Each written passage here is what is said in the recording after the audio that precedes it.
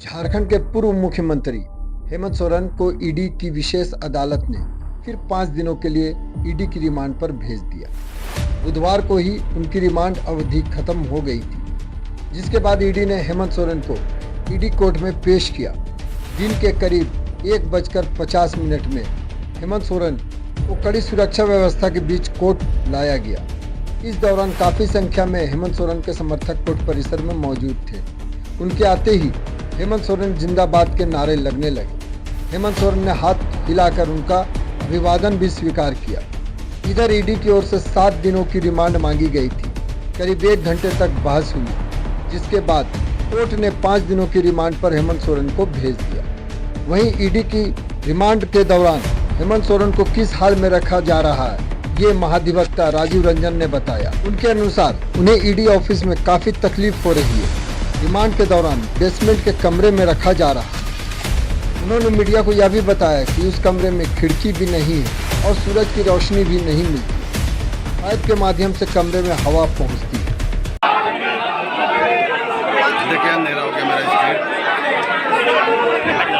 उसमें कर रहे हैं अपने आप हो जाता है।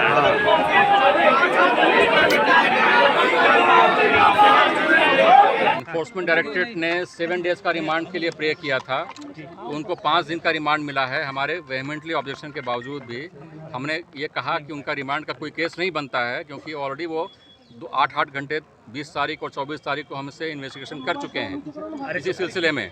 और इस 5 दिन के रिमांड में भी 120 घंटे होते हैं। इन्होंने ऑलरेडी इस पे इन्वेस्टिगेशन कर लिया, लेकिन आज के उनके पिटीशन में बहुत सारी बातें ऐसी लिखी हुई हैं जो उस प्रेडिकेट ऑफेंस से कंसर्न नहीं है, कोई कनेक्शन नहीं है उस 8.5 एकड़ ज़मीन के बारे में।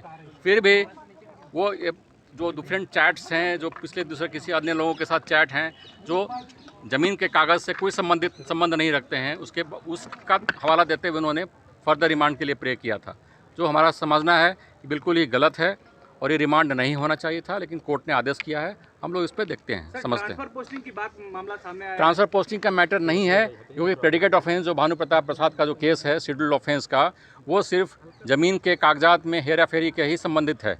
वो ट्रांसफ़र पोस्टिंग का मैटर नहीं है, इसलिए उसका इन्वेस्टिगेशन ईडी नहीं कर सकता है। ये हम बार बार कह रहे हैं। और मनी लॉन्ड्रिंग का मैटर नहीं बनता है, फिर भी यह रिमांड की आवश्यकता नहीं है। फिर भी उन्होंने ज़बरदस्ती हमें चाहते हैं कि हम रिमांड पे रहें, ईडी के कस्टडी में रहें। और इलेक्शन समय आप लोगों ने अपनी परेशानी भी बताई कि ईडी कोर्ट में रहने में हमने ये भी कहा कि वो हमारे सूर्य सूर्य की रोशनी नहीं मिलती है, बेसमेंट में रखा गया है, उस कमरे में कोई विंडो नहीं है और पाइप के थ्रू उसमें हवा आता है। इसकी सारी बातें हमने कहा और आर्म गार्ड्स के थ्रू 24 घंटे हमारे पास निगरानी होती है, हमारे सोते समय भी होती है। ये सारी बातों को हमने कोर्ट के समक्ष रखा है। Thank you.